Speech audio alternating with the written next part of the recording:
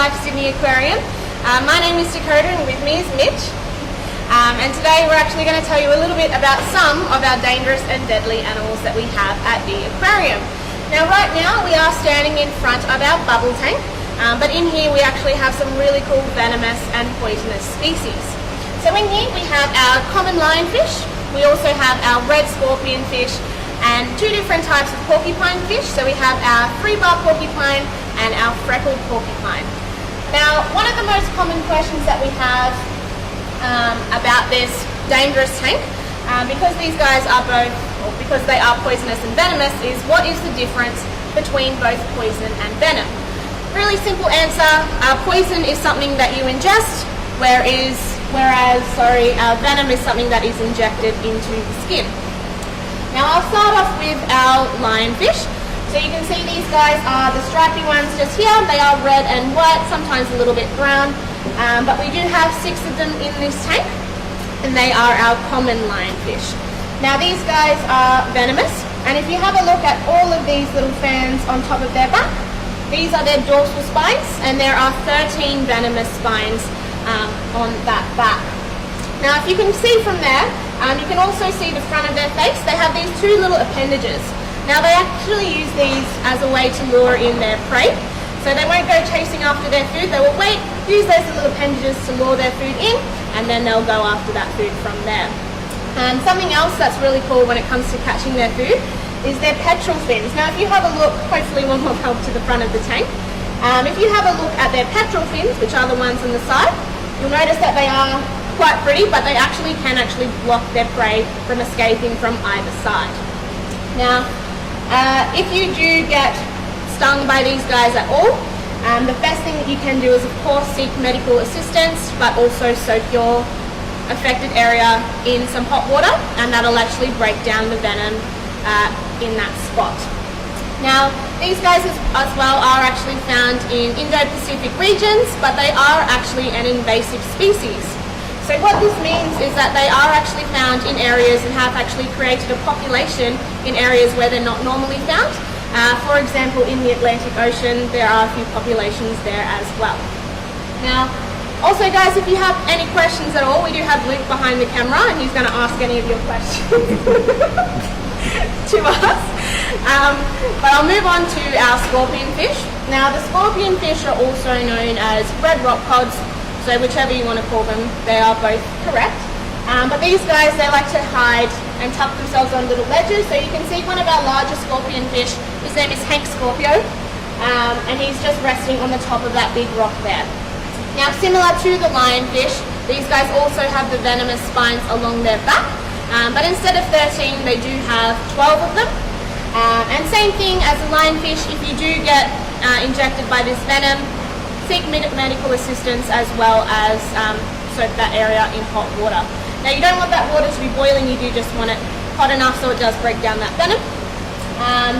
These guys as well are ambush predators, so what they'll do is they'll hide themselves in little areas with other species.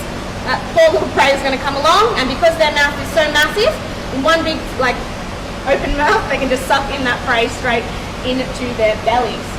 Now these guys you will find all around Sydney if you do go snorkeling or diving or just swimming at the beach. 9 times out of 10 you probably not notice, but these guys are there either on the sandbank or in between rock structures because they do blend in quite well.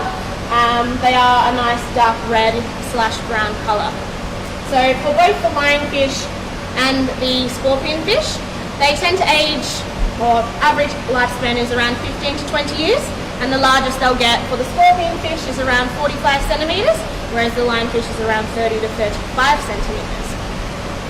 Now, the last animal that I'll talk about in this tank before I pass you off to Mitchell is the porcupine fish. So we do have 2 different types of porcupine fish in here. We have our freckled porcupines, and we also have our free-bar porcupines, which are these guys here. Now, these guys are really easily confused with pufferfish. They do look very similar to the pufferfish. Hopefully they'll come around and you'll be able to get another look at them soon. But as I said, they are different. So the main visual difference between porcupines and pufferfish is that the porcupine fish actually has quite large, long spines coming out of their bodies, whereas the pufferfish has really short spines, and you'll only ever see those spines when they do fill themselves up with water to make themselves nice and big. Now, the porcupine fish aren't actually venomous. Luke, do you have a question? Yeah, a few different questions have come through. How can we tell which one is a male and which one is a female? Good question. So with the lionfish, it is actually dependent on breeding season. So the females, during breeding time, they do become quite pale, whereas the males, they actually become quite a dark colour. So like a dark brown, and the females can become quite a light pink / light red, and white as well. Carol asks, what do these fish eat? Hi Carol. So we feed these guys a whole range of food. So we start off with little bits of chopped up prawn. We'll feed them whitebait, which is just a really small fish. We'll throw in some red spot whiting that's nice and chopped up for them. Red spot whiting is just another type of whitefish that we have in here.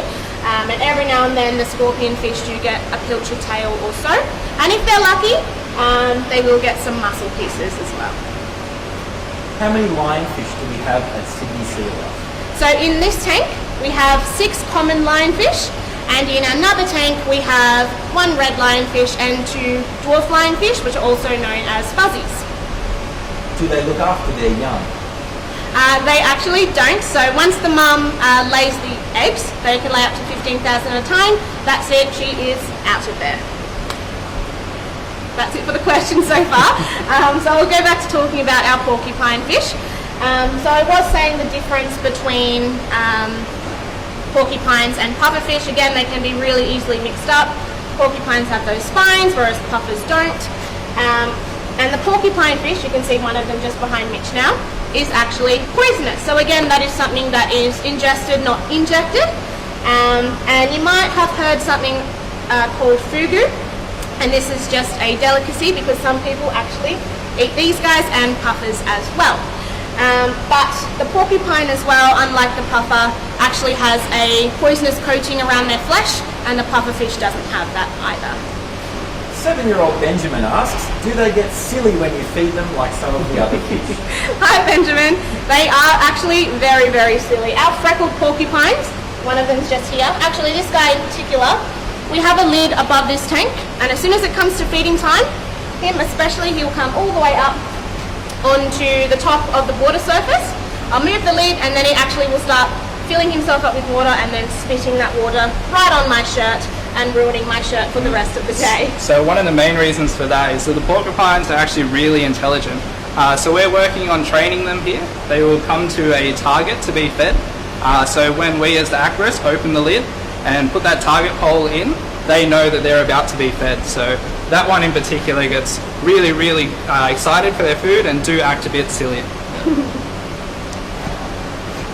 The questions. But another really cool thing about the porcupine fish, different to the puffer, is that all of their teeth are actually fused together to make a really hard plate, and that is to help them crunch through any kind of crustaceans that they find to feast on, which is really cool as well. But if we have no more questions about this tank, we will actually be moving over to our freshwater crocodiles, where Mitch will be talking a little bit more about them. So come with us. Also guys, I would like to say apologies in advance for the mess. We are taking this time of being closed. It's kind of like a blessing in disguise because we do get a chance to revamp all of our systems. This is honey. All of our systems to make it really, really nice and pretty for when you guys return back to us. So I'll leave you with Mitch and I'll be right back. Hey, so this is where we have our freshwater crocodiles. Now we have 2 juvenile freshwater crocodiles. They're just over 2 years old.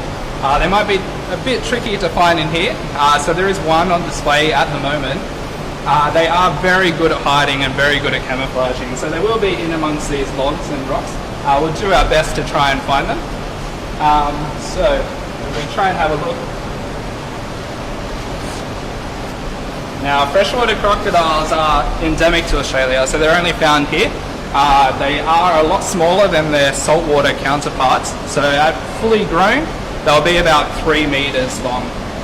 These guys will reach sexual maturity, which is what we consider adulthood, at between 15 and 20 years, which is between 1.5 and 2 meters of length.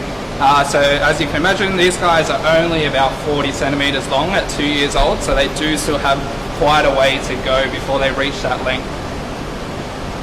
So they are found in tropical Australia. They do like the warm weather, so this tank that we have here is heated. The water sits at around 28 to 30 degrees. They do like it to be nice and hot, and we do have heat lights and UV lights above. And now for you guys to meet one of our crocs. This is Snappy, so as you can hear, that's a little call that they would usually do to their parents if their parents are around. How long do crocodiles live for from Aiden, 11? Thanks for the question, Aiden. So these guys can live anywhere between 40 to 60 years, but it is estimated that they can actually live up to 100 years, so they can really live for a long time. These guys are only 2 years old, so they still have a lot of life left in them. How big do freshwater crocs get? Yeah, so freshwater crocs, fully grown, will reach a maximum of around 3 meters. So not quite as big as the big salties that are out there. They get up to 6-7 meters, but still 3 meters is pretty impressive. So these guys, as I said, they do live up in tropical North Queensland. They usually are found in freshwater ecosystems, as their name indicates. So things like billabongs and creeks, rivers and lakes is where you'll typically find them. Now, in terms of how dangerous they are to animals, to humans, they aren't really considered dangerous to people. They are quite a shy croc, so they will usually run away if people are around. But that's not to say they can't cause damage. They do have a pretty big and pretty sharp teeth, so if they do feel threatened, they will attack as a defense mechanism. So it is best to continually keep your distance. Freddie wants to know, how do crocs breathe underwater? Yeah, good question. So they are able to hold their breath for quite a while. Now, crocs often will be found sitting at the top of the water, where they are able to have just their snout and their nostrils and their eyes just above the water, so they can breathe air from there, but they do remain hidden, which is good for both keeping themselves safe and as a way for them to find prey. 6-year-old Sam asks, do they have coloured eyes? Yeah, you can get up close and we'll see their eyes, so come on in. So it is that yellowish colour, which is pretty typical for them. They do have the large black pupils, which they use for sight, so you can see they do have pretty decent eyesight and they are able to see underwater. 6-year-old Ash wants to know, what do the babies eat? Yeah, good question, Ash. So they eat a wide variety of food sources. So we feed them things like insects, like crickets, but now that they're getting a bit bigger, they're moving on to crustaceans like yabbies, and also things like fish, small fish that we call whitebait. 8-year-old Lily wants to know, how sharp are their teeth? Good question, Lily. They're very sharp. I would definitely keep my distance. Yeah, we don't put our hands anywhere near them, and that's why Dakota does have these gloves on. So she does have 2 pairs of gloves under there for extra protection. Yeah, they are very sharp indeed, so I wouldn't want to touch them at all. Are their eyes waterproof? Ooh, good question. So they have an eyelid which they are able to cover their eyes, and the eyelid itself is a membrane that is waterproof. So awesome question. Oh, so we'll get up close to Snappy here and check him out nice and close. While you're getting in close, you can answer the question from Sam, who's 6. Do they have a tongue? Hi Sam, good question. He does have his mouth wide open there, so let's get up close and have a look.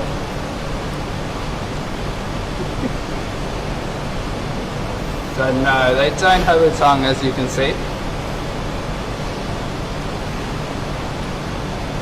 So 2 different people, aged 10, Malik and Shani, have asked, how many teeth do crocodiles have? So they do just have 1 row of teeth, obviously on both their top and bottom jaws. They do have about 40 teeth. 5-year-old Maggie wants to know, in the wild, do they stay with their parents when they grow up? So their parents are actually quite protective when they are young, so even at this size, but as they grow up they will go and find their own territory. So they are quite territorial and definitely like to have their own space, so eventually they'll leave their parents, yeah. That's it. Alrighty guys, so if there's no more questions, any last questions coming in, Luke? Yep. Mark Packer wants to know, is the jaw strength similar to saltwater crocs? No, not as strong as salties. Salties are considered to have one of the strongest bite forces per square inch of any animal in the animal kingdom. So freshwaters aren't quite as strong. They definitely do have a fair bit of force, but not quite as much as a salty. Do they only grow to the size of their tank, or do they keep growing and need moving? Yes, that's a really good question. So these guys are actually in our care at the moment. They've come from Wildlife Sydney Zoo, which is next door to us, and one of our